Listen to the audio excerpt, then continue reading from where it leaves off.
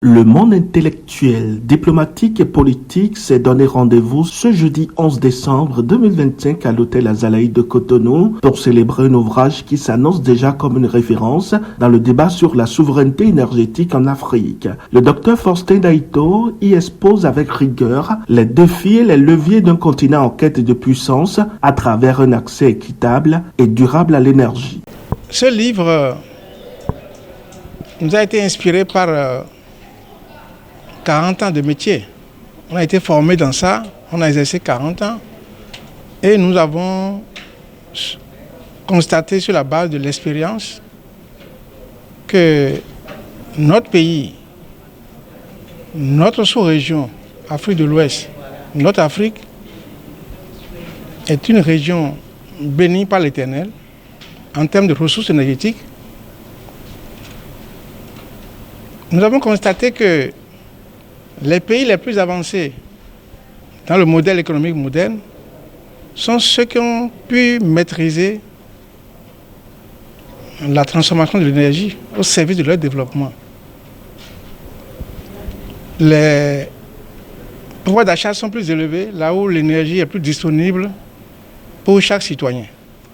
La cérémonie d'ouverture a salué la portée internationale du livre, dont l'avant-propos est la signature du docteur Anco Marzio Lenardon, président de TC Invest en Italie, et préfacé par Gaston Cossi-Dossoui, ministre de l'Agriculture, de l'Élevage et de la Pêche, puis postfacé par le député docteur David Godonou-Essa, témoignant de son rayonnement au-delà des frontières africaines. Cher docteur Faustin Daito, permettez-moi de vous dire merci d'avoir écrit le livre qui repositionne le rôle central de l'énergie dans le développement des nations et d'avoir aussi innové la pyramide des souverainetés, un instrument scientifique d'évaluation des souverainetés sectorielles et globales des nations africaines.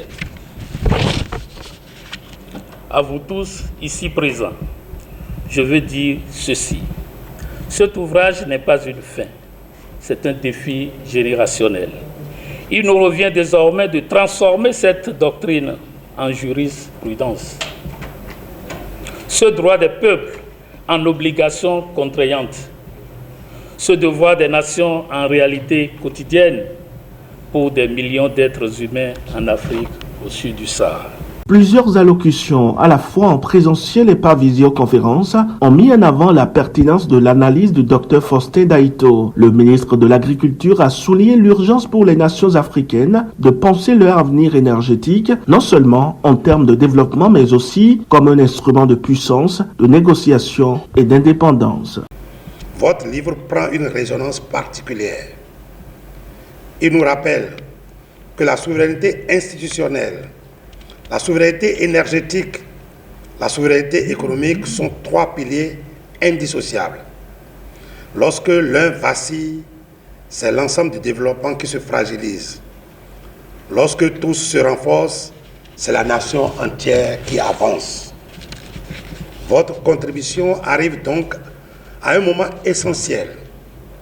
Elle accompagne et accélère la dynamique déjà amorcée, celle du Bénin résilient, structuré et tourné vers l'avenir. En ce moment particulier de notre histoire récente et au nom du gouvernement de la République du Bénin, j'ai l'immense honneur de déclarer lancé l'ouvrage « Droit des peuples à l'énergie, devoir des nations ».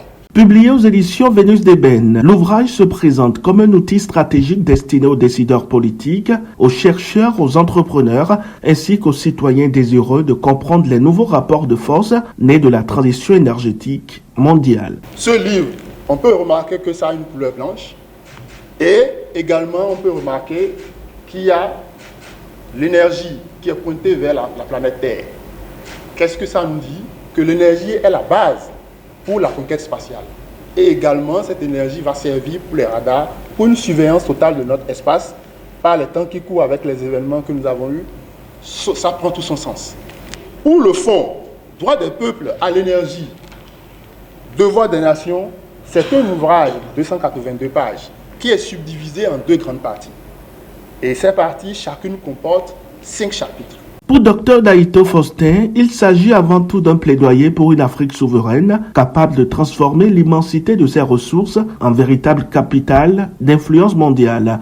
Vu l'abondance naturelle que nous avons en termes de rayonnement solaire, les vents, les cours d'eau et d'autres technologies, nous avons dit que nous devons tirer encore la sonnette d'alarme pour que nos gouvernants fassent un peu plus attention à ce secteur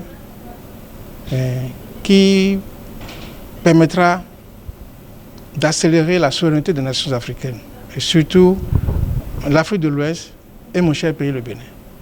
Ce n'est pas qu'ils ne font pas les efforts, mais nous allons travailler dans encore plus de compartiments. Par exemple, la recherche, accélérer le rythme de l'électrification, construire plus de centrales, diversifier avec les énergies renouvelables pour que les populations aient l'énergie pour non seulement leur confort sur le plan social, mais leur capacité énergétique de production. Et également que nous puissions, pourquoi pas, devenir aussi exploitateurs d'énergie. Ce lancement a également permis d'annoncer officiellement le prix Faustin Daïto pour l'accès à l'énergie durable, une initiative de l'Association interprofessionnelle des spécialistes des énergies renouvelables du Bénin. Prendre l'initiative de ce prix ici, c'était déjà de pouvoir envoyer un signal que, effectivement, ce qui se fait de très bien ne fait suffisamment pas de bruit, mais il mérite une grande attention. Donc c'était l'objectif premier de ce prix. Le second objectif, il est purement lié à ce que nous faisons au quotidien. Nous, pour la plupart, sommes des sociétés privées qui employons des effectifs, qui allons chercher des technologies ailleurs et qui nous échinons à montrer qu'elles ont leur place et qu'elles sont utiles. Quand vous regardez le parcours du doyen Faustin, je pense que le débat de l'assistance technique ou bien le débat du transfert de technologie ne se pose pas. Parce qu'il faut savoir s'approprier ce dont on a besoin et construire via des partenariats l'axe gagnant. Et pourquoi est-ce que ce prix-là est important? Puisque dans le chronogramme que nous déroulons aujourd'hui pour sa mise en œuvre que nous espérons au second semestre 2026, c'est le fait aussi de pouvoir mettre en lumière les pupilles de la nation, ceux qui viendront après nous, en leur montrant qu'il n'y a pas de fatalité, même quand c'est difficile, il n'y a pas d'échec, et que 40 ans, puisque 85 à 2025, a suffisamment laissé de traces et de preuves pour pouvoir se l'accaparer. Donc voilà, de façon pas très succincte, ce que j'avais à présenter. L'initiative de ce prix porté par le bureau exécutif d'Aizer Bénin. La cérémonie s'est achevée par une vente à l'américaine, suivie d'une séance de dédicace au cours de laquelle l'auteur a échangé chaleureusement avec le public présent. Un lancement réussi pour un ouvrage qui ambitionne de repositionner l'Afrique au cœur de la géopolitique énergétique internationale.